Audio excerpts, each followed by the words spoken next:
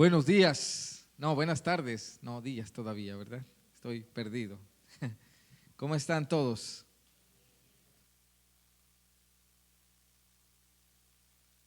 Pastor, qué amable, pastor, gracias. ¿Cuántos están aquí?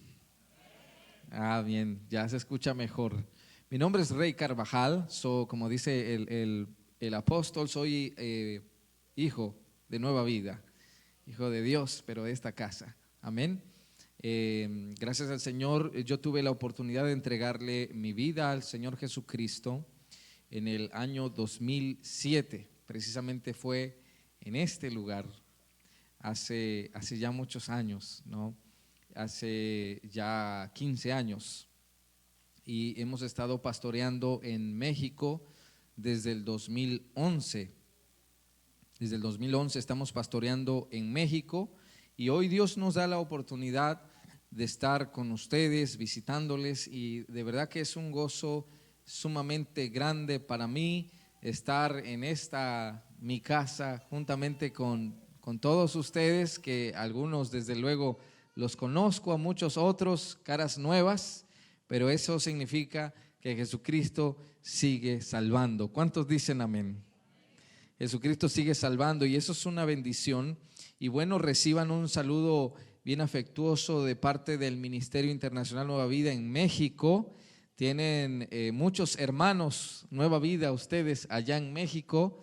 Hay, gracias al Señor, 3 iglesias en el estado de Veracruz que Dios nos ha permitido plantar. Así que en su debido momento ya iremos hablando más a detalle de estas cosas. Pero a grosso modo reciban saludos de parte de la iglesia allá en México. Amén. Sí, denle un aplauso al Señor. Aleluya. Bien, hablaremos de cosas de testimonios. Si el apóstol nos da permiso de predicar otro día. Si lo hicimos mal, nos perdimos la oportunidad. Así que vamos a hablar de la palabra de Dios, que al final es lo que más importa en nuestras vidas. El apóstol nos pidió compartir el mensaje de la entrada triunfal, que es precisamente lo que corresponde a estas fechas. Así que vamos a ir al libro de Lucas, capítulo 19, versículo 28. La palabra de Dios la vamos a leer haciendo mención del Padre, del Hijo y del Espíritu Santo. ¿Cómo dice la iglesia? Amén. Dicho esto, iba adelante subiendo a Jerusalén. Y aconteció que llegando cerca de Betfage y de Betania, al monte que se llama de los Olivos, envió 2 de sus discípulos, diciendo: Id a la aldea de frente, y al entrar en ella hallaréis un pollino atado, en el cual ningún hombre ha montado jamás. Desatadlo y traedlo. Y si alguien os preguntare por qué lo desatáis, le responderéis así: porque el Señor lo necesita. Fueron los que habían sido enviados y hallaron como les dijo. Y cuando desataban el pollino, sus dueños les dijeron: ¿por qué desatáis el pollino? Ellos dijeron: porque el Señor lo necesita. Y lo trajeron a Jesús, y habiendo echado sus mantos sobre el pollino, subieron a Jesús encima. Y a su paso tendían sus mantos por el camino.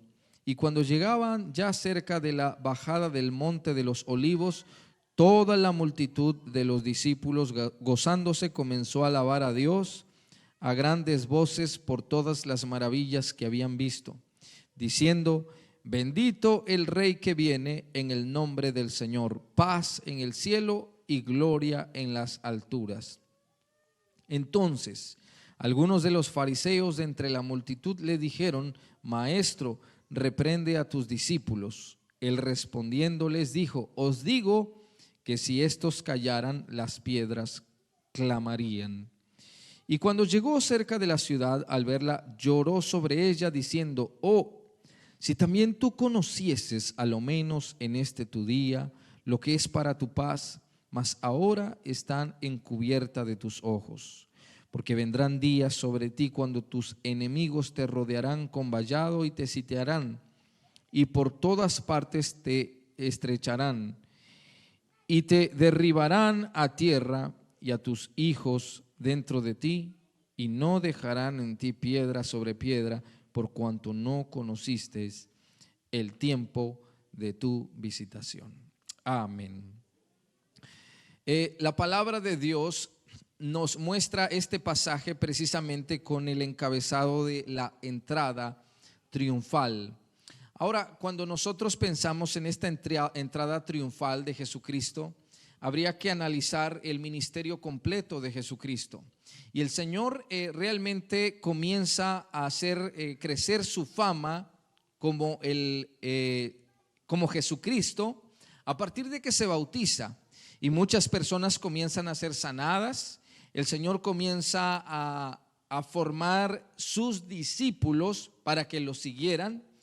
Pero cuando nosotros vemos algunos detalles en el ministerio de Jesucristo, encontramos que la proyección del ministerio de Jesucristo no era precisamente andar sanando gente de ciudad en ciudad, andar resolviéndole los problemas a las personas, porque muchas veces Jesucristo hizo las cosas, dice la palabra de Dios, que por mera compasión. Eso sucedió cuando multiplicó los panes y los peces. Dice la Biblia que el Señor, al ver la multitud, tuvo compasión y comenzó a multiplicar los panes. En otras ocasiones el Señor trataba de ocultarse, pero la gente ya sabía que había llegado a algún sitio y lo rodeaban, como cuando sucedió con el joven paralítico que lo metieron por el techo. Ustedes se recuerdan. El Señor llega a ese sitio y cuando menos se da cuenta ya tenía un mundo de personas en el lugar en el cual el Señor no podía zafarse, pero sin embargo, el Señor Jesucristo, al ver la necesidad de las personas, sentía compasión y sanaba, ¿sí? Pero diga conmigo, el propósito de Jesucristo es hacer milagros. Ahora, ¿qué significa milagros? En otro tiempo lo vamos a analizar, pero en el libro de Marcos, capítulo 6, versículo 5 y 6, el Señor Jesucristo entra a Nazaret y entonces la gente comienza a decir, pero ¿que no este es el hijo del carpintero? Y conocemos a sus hermanos y a sus hermanas, y dice la palabra de Dios que ahí el Señor Jesucristo que no pudo hacer milagros. Sí, lo hemos leído. No pudo. No dice que no quiso, dice no pudo hacer milagros, pero luego dice, salvo que sanó a algunos enfermos. Ahora la pregunta es, bueno, ¿hizo milagros o no hizo milagros? Pues dice que no pudo. Salvo sanó a unos enfermos. Porque en este pasaje hacer milagros era que la gente se salvara. Porque la gente que recibe un favor de Dios no precisamente son personas que se han salvado. Usted conoce personas que han recibido algo de parte de Dios y nunca más las volvemos a ver en los caminos de Dios. Pero ese era el propósito del ministerio de Jesucristo, salvar a las personas. Así que, ¿cuántos de nosotros somos productos de un milagro en esta tarde? Todos nosotros somos producto de un milagro. Si somos salvos, somos el producto de un milagro. ¿Amén? ¿Amén o no amén? Sí, amén, gloria a Dios. Dice la palabra de Dios entonces que Jesucristo entrando a Jerusalén, se comienzan a cumplir las escrituras en el libro de Zacarías capítulo 9 versículo 9, en el cual anuncia que entraría un rey montado en un asno joven, un asno que nadie más había montado. Y ahora vemos en este pasaje que Jesucristo entra a Jerusalén como este rey que anunciaban las sagradas escrituras. Ahora quiero que pensemos en esto. Muchas veces el Señor Jesucristo antes de este pasaje, le dijo a las personas que no dijeran nada acerca de quién los había sanado. Por ejemplo, en el libro de Mateo 8:4, el Señor sana a un leproso y le dice, mira, no lo digas a nadie, sino ve, muéstrate al sacerdote y presenta la ofrenda que ordenó Moisés para testimonio de ellos. Pero no le digas a nadie quién lo hizo. En el libro de Marcos capítulo 8 verso 26, el Señor le dice y lo envió a su casa diciendo, no entres en la aldea ni lo digas a nadie. ¿Y qué hacían estas personas? Lo contaban a todo mundo. El Señor me sanó. Pero ¿por qué Jesucristo decía no se lo digan a nadie? Porque el momento en el que se destapara el Señor Jesucristo como el Mesías, como el Rey de Reyes, era el momento en el que Jesucristo iba a ser entregado para ser crucificado. Y este no era el tiempo. Ahora, cuando el Señor Jesucristo se destapa como este Rey, como este Mesías, como este enviado de Dios, era el momento en el que se estaba perfilando para su entrega, para que las cosas comenzaran a ser consumadas, la salvación comenzara a ser consumada. Pero dice la palabra de Dios que llega el Señor Jesucristo montado en este asno, en este pollino, y todas las personas lo ven entrar. Y dice la Biblia que entonces había una multitud de personas que estaba congregada ahí precisamente porque algunos habían visto las maravillas del Señor y otros habían escuchado lo que Jesucristo había hecho. Ahora, gran parte de estas personas que estaban ahí habían visto la resurrección de Lázaro, habían estado ahí. Y otra gran parte habían escuchado acerca de las grandes cosas que Jesucristo había hecho. Ahora, cuando ellos escuchan el poder magnífico de Dios, están ahí sorprendidos. Y entonces dice la Biblia que lo ven entrar montado en un pollino y recuerdan que la palabra de Dios había anunciado a un rey, a un Mesías. Y entonces la gente comienza a dar gloria, comienza a dar honra a Dios, comienza a glorificar a Dios, comienza a gritar hosana en las alturas, comienza a decir las personas, bendito el Rey que viene en el nombre de Jesús. O sea, ver a Jesucristo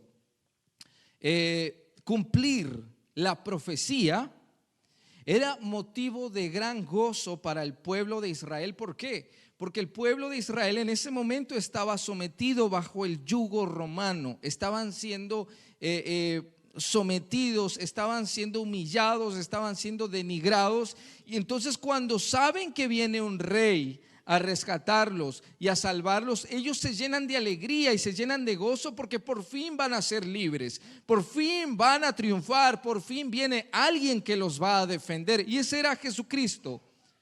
Claro que ellos se llenaron de gozo. ¿Qué siente usted cuando está metido en un mundo de problemas y de pronto alguien llega, le toca la espalda y dice, tranquilo, yo te voy a ayudar en este problema? No sé si en algún momento usted se ha topado, se ha cruzado con una persona de bendición, que Dios mismo mueve su corazón y dice, Dios me pone en mi corazón que te ayude de esta forma. Y uno siente como un descanso, como un respirar profundo. Eso estaba sintiendo el pueblo, que venía por fin su descanso, que venía por fin el momento en el que ellos iban a vivir en paz. Pero, sin embargo, seguimos leyendo las Sagradas Escrituras. Y Jesucristo, al terminar de cruzar por Jerusalén, por la pasarela en la que él hizo, dice la palabra de Dios que vio la ciudad y lloró. Y dice, si tan solo hubieses sabido que este era el momento de tu visitación. Entonces uno se pone a pensar y uno dice, pero sí lo supieron, tal vez no todos, pero gran parte de las personas le dieron gloria y le dieron honra a Dios. Gritaron hosana, gloria a Dios. Pero el Señor llora, no se alegra de esta acción. Y aquí es donde nosotros comenzamos a pensar, ¿por qué Jesucristo? ¿Qué estaba esperando Jesucristo que ellos hicieran, aparte de tender estos ramos a sus pies para que él pudiese caminar por encima de estas prendas del pueblo? ¿Qué estaba esperando Jesucristo? ¿Qué había sucedido? Obviamente vemos ahí a los fariseos tratando de convencer a algunos de que no lo hicieran, y entre ellos se dicen: mira, no podemos hacer nada. Todos están honrando y glorificando al Mesías. Sí, estamos viendo esa parte, pero también otra parte que sí le está dando gloria y honra al Señor Jesucristo, pero el Señor no se complace. Al Señor no es suficiente para Dios que ellos hicieran eso. Y entonces nosotros comenzamos a pensar qué es lo que Dios está esperando de su pueblo. Y este mensaje lo hemos titulado como: aquí no hay lugar para otro rey. Diga conmigo: aquí no hay lugar para otro rey.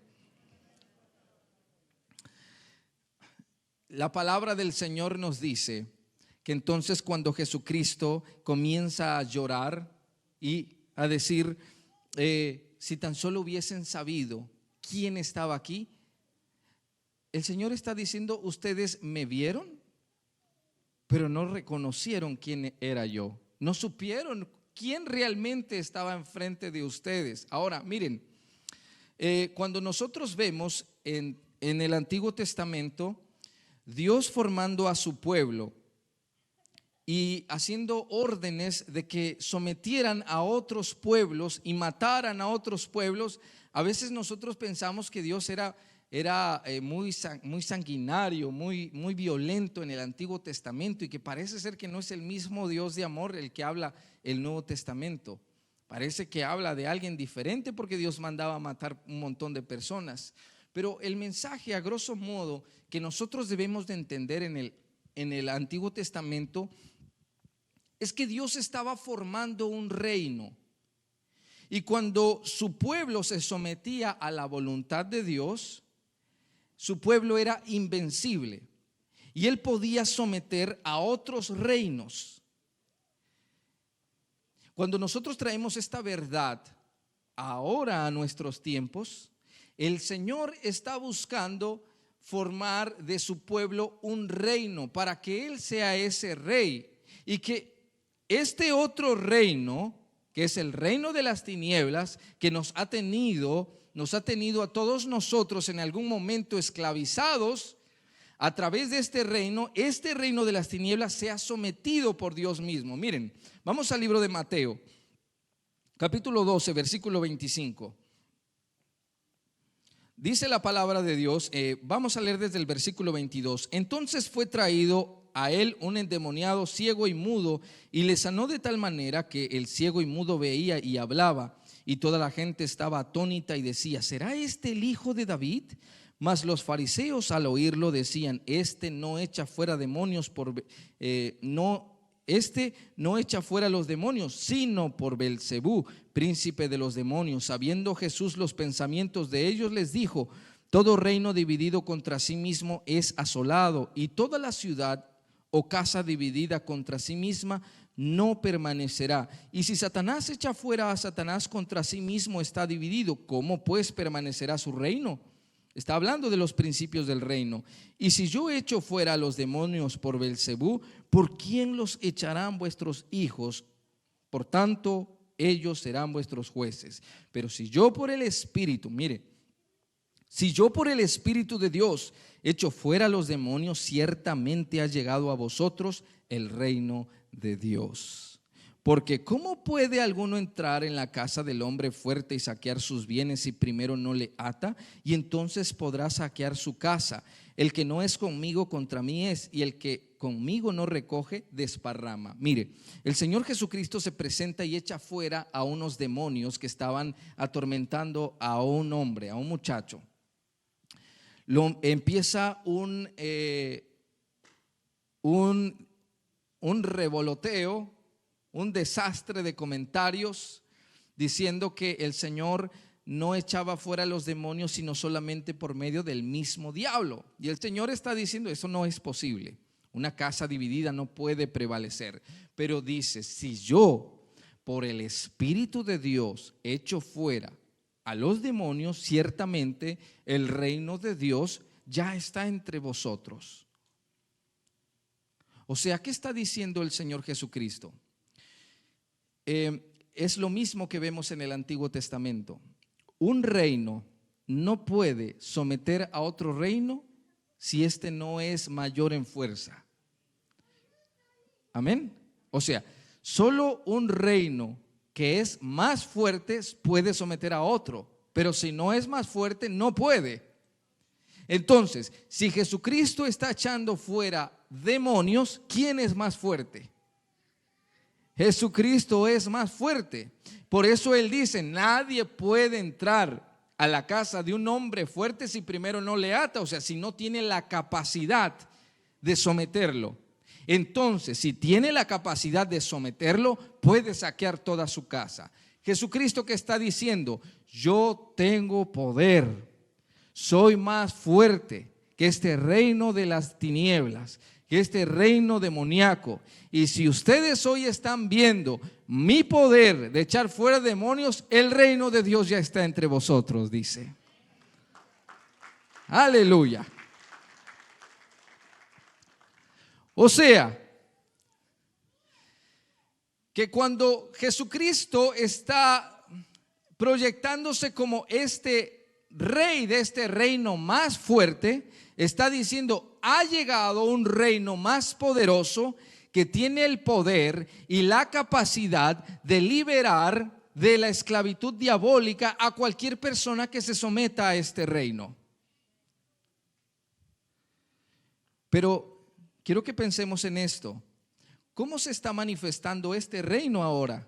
Como la gente estaba esperando que vendría un rey a reinar con leyes de hombres, con una democracia popular o con principios bíblicos. O sea, que este reino de Dios se estaba manifestando de esta forma, que a través de nosotros entregar la vida a este rey que es Jesucristo, Él nos daría el poder de hacer la misma voluntad de Dios para poder cumplir estas leyes de Dios y pertenecer a este reino de Dios. Tal vez este trabalenguas está un poco difícil, pero miren, yo le digo a la iglesia allá en México que a veces yo me siento un mejor predicador que el apóstol Pablo, porque a él se le dormía uno, pero a mí se me duermen todos.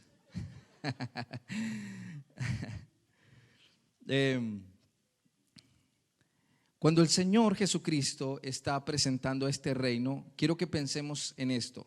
¿Cuándo nosotros vamos a entrar a este reino de Dios?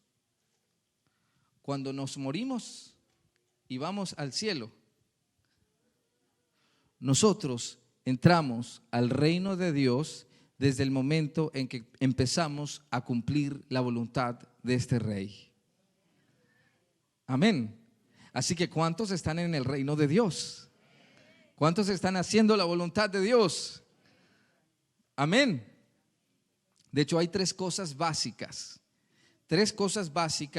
que todo hijo de Dios necesita hacer. Si nosotros no podemos hacer estas tres cosas básicas, es prácticamente imposible que seamos parte de este reino de Dios. Número uno, tenemos que leer la palabra de Dios todos los días. Ya empezamos mal, dicen unos. Porque si usted no lee la palabra de Dios, ¿cómo va a saber cuál es la voluntad de Dios? Amén. O son del estilo de que a mí Dios todo me lo revela en sueños, sobre todo si ceno mucho. Primero necesito leer la palabra de Dios. Segundo, necesito orar. Amén. Ahora, ¿por qué necesito primero leer la Biblia y después orar? Porque usted no puede orar lo que sea. Usted tiene que orar la voluntad de Dios que aprendió en la palabra de Dios. Amén. O sea, sus oraciones tienen que ser dirigidas en base a esta voluntad perfecta de Dios. Entonces, primero, ¿qué hay que hacer? Leer la palabra de Dios. Segundo, Orar. Y tercero, esa se la copié al apóstol, no se las he dicho. Tercero, necesitamos congregarnos. ¿Por qué? El Señor no viene por fulano y sutano. El Señor viene por una iglesia. Entonces tenemos que ser parte de la iglesia de Jesucristo, ¿o no? ¿Amén o no amén? Tenemos que amar la iglesia de Jesucristo. ¿Fácil o difícil amar a la iglesia de Jesucristo? A veces fácil y con uno que otro también fácil. No, tan difícil a veces. Pero hay que amar y hay que perdonar. ¿Cómo tú vas a saber qué es el perdón si nunca te han hecho nada? Pero esto es el reino de Dios. El reino de Dios se manifiesta en ese poder que antes no podías perdonar, pero ahora puedes perdonar. Que antes no podías olvidar, pero ahora puedes hacerlo. Que antes no podías hacer la voluntad de Dios, pero ahora puedes hacerlo. Eso significa que el reino de Dios ha llegado en nosotros. Eso significa que estamos en el reino de Dios. Y este era el rey que estaba atravesando Jerusalén. Esta era la forma en la que Jesucristo quería que comenzaran a verlo, como este rey. Y cuando Jesucristo pasa por Jerusalén y llora porque no entendieron quién Él era, habría que pensar, miren, cuando Jesucristo está pasando y la gente se da cuenta que Él es el rey, Hosana, el rey que viene en el nombre del Señor, había mucha gente. Ahora, cuando a Jesucristo lo van a crucificar y lo tienen ahí diciendo, ¿a quién suelto? ¿A Barrabás o a Jesús? ¿Qué decía la gente? Suelten a Barrabás. Ahora, dentro de toda esa gente que decía, suelten a Barrabás, dentro de toda esa gente que decía, crucifíquenlo, ¿no creen que había personas de las mismas que estaban aquí diciendo, Hosana, Hosana? Miren, hermanos, es muy fácil reconocer a Jesucristo como Salvador, porque reconocer a Jesucristo como Salvador implica recibir todos los beneficios de mi Salvador. Porque en honor a la verdad, la salvación trae consigo todas las cosas. Cuando el Señor Jesucristo sana, ahí en el capítulo 10, versículo 45 en adelante del libro de Marcos, al ciego Bartimeo, no le dice recobra la vista, le dice sé sano. Y enseguida él, dice la palabra de Dios, recobró la vista y siguió a Jesús en el camino. Cuando sanó a la mujer de flujo, tu fe te ha salvado. Cuando bendijo a esta mujer sirofenicia, hágase conforme a tu fe te ha salvado. Y así sucesivamente, porque la salvación trae consigo todas las cosas que nosotros necesitamos. O sea que el que es salvo no tiene que andarse quejando a cada rato delante de Dios, ¿o no? Tenemos derecho a todas las cosas. Pero no todos quieren reconocer a Jesucristo como Rey. Porque como Salvador yo recibo todos los derechos, pero reconocer a Jesucristo como un Rey implica que yo tengo que hacer lo que Él dice. Porque si Él es el Rey, Él es el que manda. Si Él es el Rey, Él es el que gobierna. En el Antiguo Testamento nosotros vemos en el capítulo 20 del libro de Éxodo que se relatan los 10 mandamientos. Y todos nosotros, hasta en la doctrina, nos enseñaron los 10 mandamientos. ¿Se acuerdan? Cuando iban a pequeñitos, tal vez muchos de ustedes, ¿no? Pero ¿qué son los 10 mandamientos? Los 10 mandamientos simple y sencillamente es un acuerdo, un pacto entre Dios y los hombres, donde nosotros leemos antes de este capítulo 20 del libro de Éxodo. Dios los saca de Egipto, los cruza por el Mar Rojo, los lleva por el desierto y entonces les hace preguntas como: ¿ustedes quieren que yo sea su Dios? Y dice la palabra del Señor que el pueblo respondía: amén, Amén. Y cuando llegamos al capítulo 19 del libro de Éxodo, el Señor les dice: ustedes serán mi más preciado tesoro si escuchan mi voz y hacen conforme a todos mis mandamientos, y yo seré su Dios y ustedes serán mi pueblo. Y el pueblo decía amén, pero se asustaban y le decían a Moisés: habla tú con él, nosotros no, porque no queremos morir, porque escuchaban una voz de trueno. Cuando el pueblo dice sí, queremos que seas nuestro Dios, entonces llega el capítulo 20 del libro de Éxodo y se firma ese acuerdo. Entonces Dios se compromete a ser su Dios, pero les dice: ahora este es tu compromiso. No puedes tener otros dioses, no puedes hacerte imágenes. Yo soy el Señor tu Dios, fuerte y celoso. Y comienza a darle una serie de mandamientos y de estatutos que son simple y sencillamente las condiciones que Dios le puso a su pueblo para que él pudiese ser el Dios de ellos. Amén. Y entonces vemos que el trato de Dios con su pueblo no era el mismo trato que Dios tenía con el resto de las personas. Porque, por ejemplo, cuando Usa toca el arca, ahí mismo muere, Dios lo mata. Pero cuando los filisteos se roban el arca, ellos no mueren. Sí se meten en problemas, pero no los mata Dios al instante. ¿Por qué? Porque el trato de Dios con su casa no es el mismo trato para la gente que no tiene a Dios como Padre. Hebreos lo dice un poco más duro, pero les dice bastardos. O sea, en la mañana poníamos este ejemplo. Si ustedes ven a un niño haciendo berrinche, pero no es su hijo, ¿qué hace usted? No puede hacer nada. Pero si es su hijo, tiene que corregir. Usted tiene que corregirlo. Si no, va a crecer malformado y siendo un fanfarrón de grande. Cuando Dios habla de su pueblo como sus hijos, el trato que Dios tiene con nosotros es distinto. Y usted podría decir: bueno, mejor sería no ser pueblo de Dios. No es así. Se recuerda en el Salmo 73. El salmista decía: realmente yo me pregunto por qué aquellos que no tienen a Dios y no hacen su voluntad tienen casas y están gordos y comen bien y sus hijos juegan felices, y yo sufro y padezco.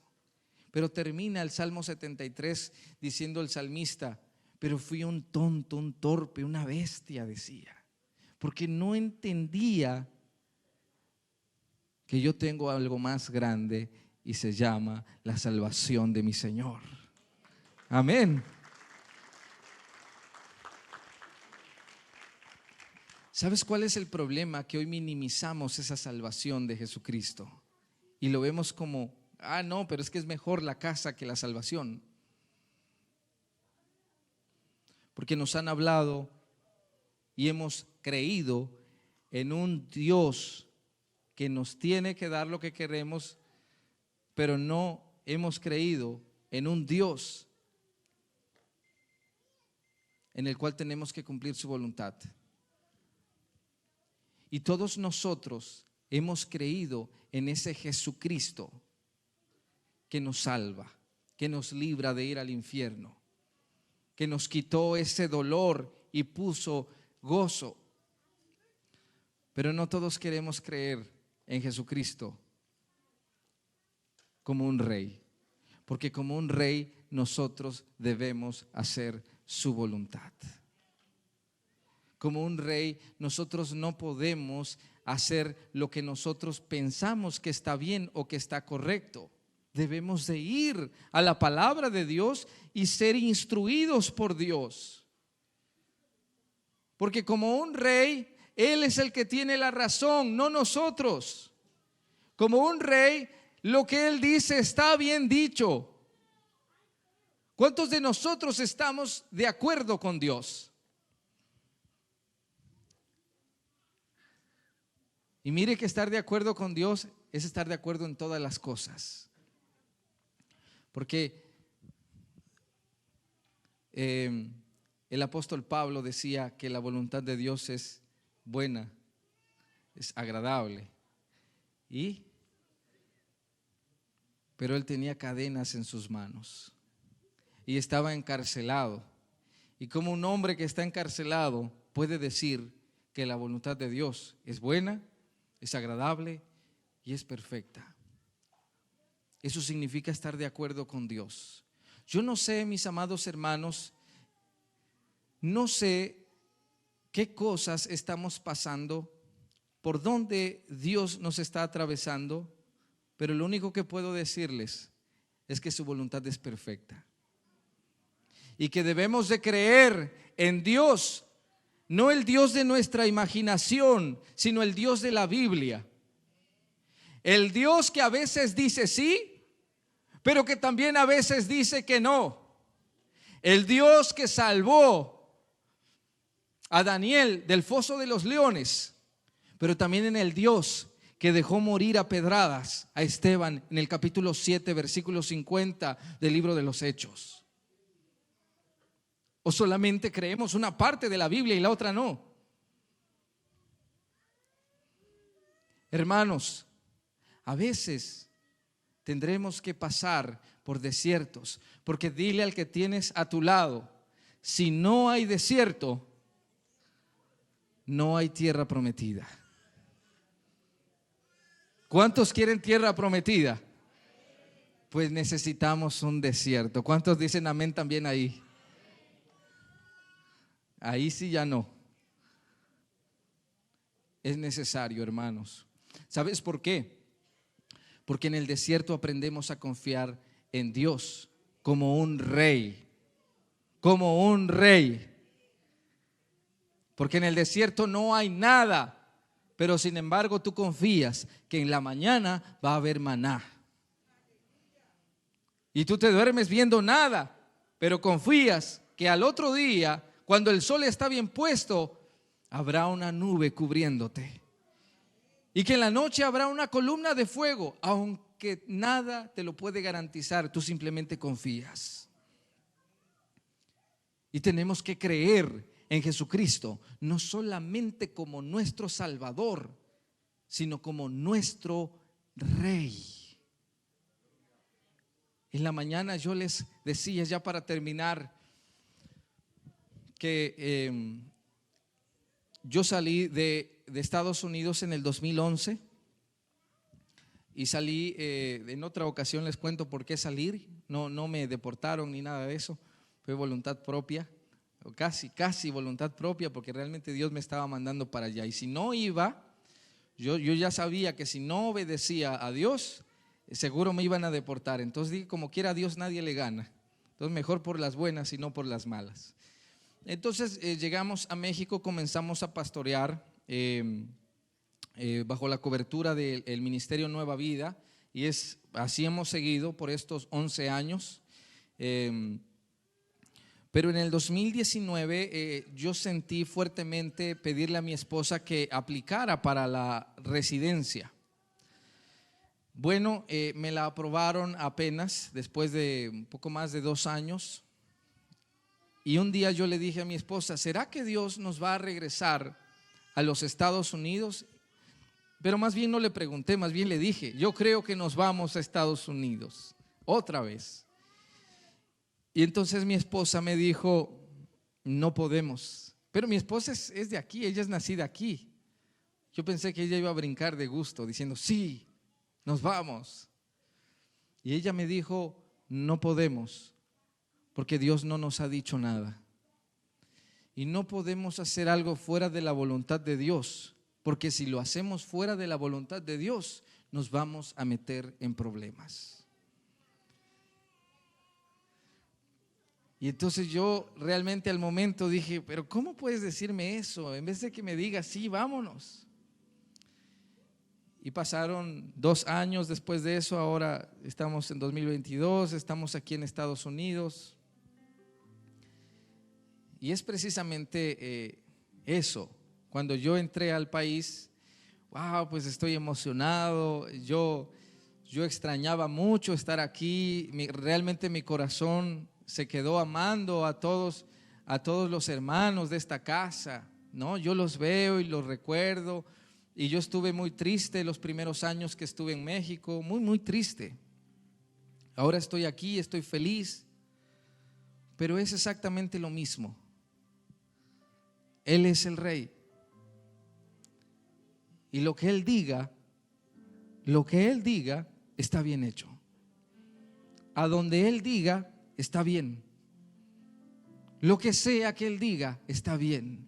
Ese es el Dios y ese es el Jesucristo en el que usted y yo debemos de creer.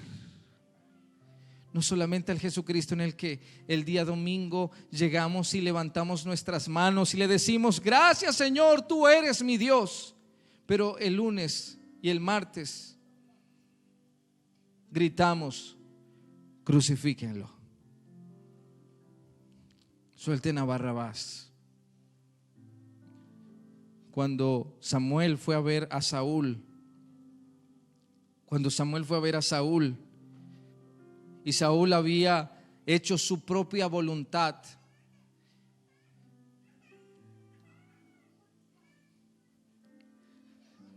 Samuel llega con Saúl y le dice: locamente has actuado, locamente has actuado. Y entonces Saúl le dice: no, antes hice la voluntad de Dios. Antes hice la voluntad de Dios. Y Samuel le dice: ¿y qué es ese balío? ¿Qué es ese bramío de ovejas que escucho? No, yo no fui, fue el pueblo. ¿Sabes, hermanos? Con nuestra boca podemos decir: yo hago la voluntad de Dios, yo hago la voluntad de Dios. Pero nuestras acciones son como ese bramío de ovejas que gritan más fuerte que tu voz. Tus acciones gritan más fuerte tu rebeldía que nuestras confesiones, porque en la iglesia muchas veces cantamos mentiras. Tú eres mi Dios y Él no es nuestro Dios. Tú eres mi Rey y Él no es nuestro Rey. Es tiempo, iglesia, que comencemos a creer en ese Rey de Reyes y Señor de Señores. Que comencemos a tratar de hacer la voluntad de Dios. Eso era lo que Jesucristo estaba esperando. No una iglesia que porque pasa algo se molestaron, entonces yo ya no voy. No, en todas las iglesias van a suceder cosas difíciles. Mire, ahora yo tengo 11 años pastoreando. Ya puedo decirles que tal vez no tengo toda la experiencia del mundo, pero tampoco nací ayer. Y que si uno se lastima en la iglesia, a uno lo lastiman feo.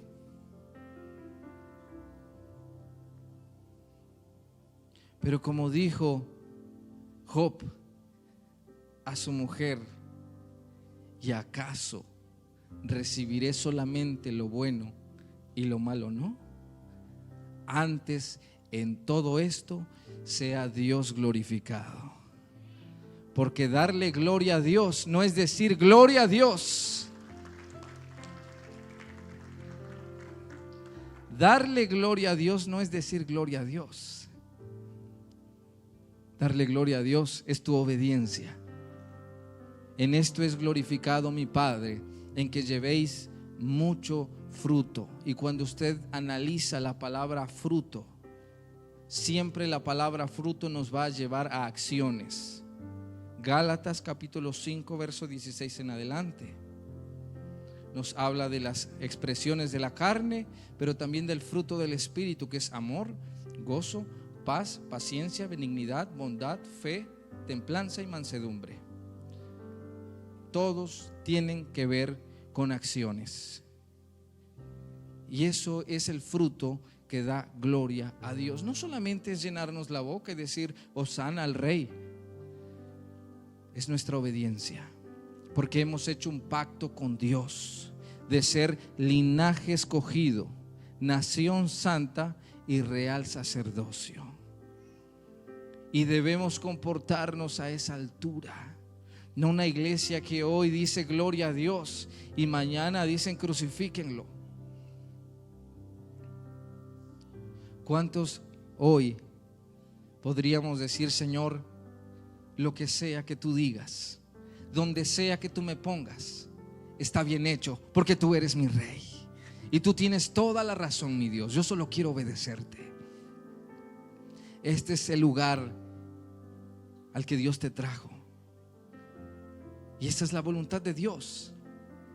Y cuando abras su palabra vas a encontrar su voluntad. Y habrá cosas que van a producir felicidad, y habrá veces que no tanto, porque Dios te va a decir: bendice a aquel que te maldice, y tu carne va a decir no, pero es la voluntad de tu Padre,